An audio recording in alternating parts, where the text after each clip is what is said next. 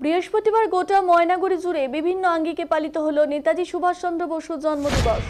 এই জন্মদিবস উপলক্ষে বিভিন্ন সরকারি, বেসরকারি, ক্লাব, ব্যবসায়ী প্রতিষ্ঠান এবং রাজনৈতিক সংগঠনের পক্ষ থেকে এই দিনটিকে যথাযথ মর্যাদার সহিত পালন করে। জন্মদিন উপলক্ষে সুভাষচন্দ্র বসুর প্রতিকৃতিতে মাল্যদান, পুষ্পার্ঘ নিবেদন করে সকলেই।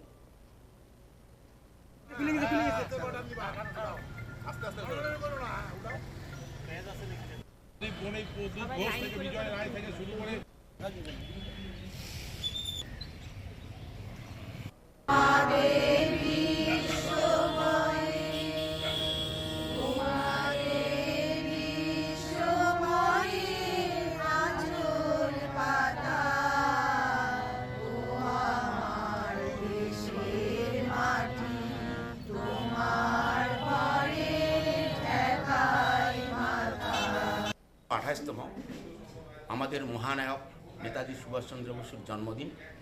এই জন্মদিন উপলক্ষে আমাদের রাজ্য সরকারের যে রাজ্য লেভেলে যে আমাদের নেতাজি জয়ন্তী যেটা পালন করা হয়, সেটা আমাদের মুখ্যমন্ত্রী, মাননীয় মুখ্যমন্ত্রী মমতা ব্যানার্জি এবারে আমাদের রাজ্যের যে জন্মজয়ন্তী সেটা সুভাষিনী চা বাগান আলিপুরদুয়ার অর্থাৎ ডুয়ার্সে হচ্ছে। তো তারই অঙ্গ হিসাবে আমরা প্রতিবারই করি।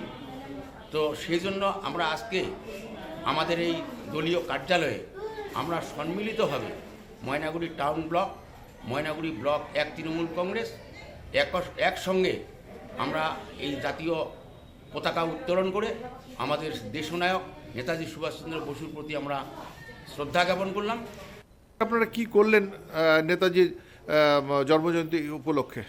আজকে আমরা আমাদের দলীয় কার্যালয় ইন্দিরা ভবনে আজকে একটা মহান দিন, নেতাজি সুভাষচন্দ্র বসুর 128তম জন্মজয়ন্তী।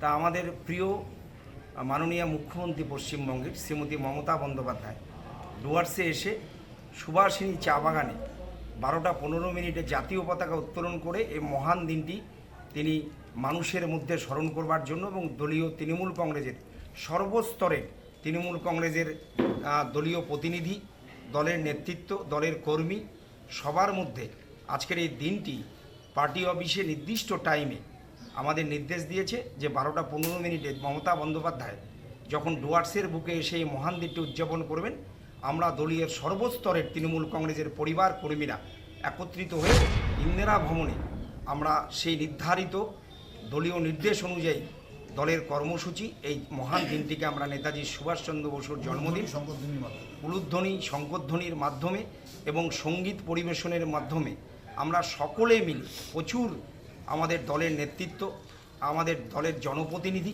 সর্বস্তরের মহিলা, ছাত্র, যুব, সমস্ত ঐক্য, শ্রমিক, প্রচুর মানুষ আমরা সমবেত হয়ে দলীয় কার্যালয়ে এই মহান দিনটি নেতাজির এই জন্মজয়ন্তী আমরা উদযাপন করলাম।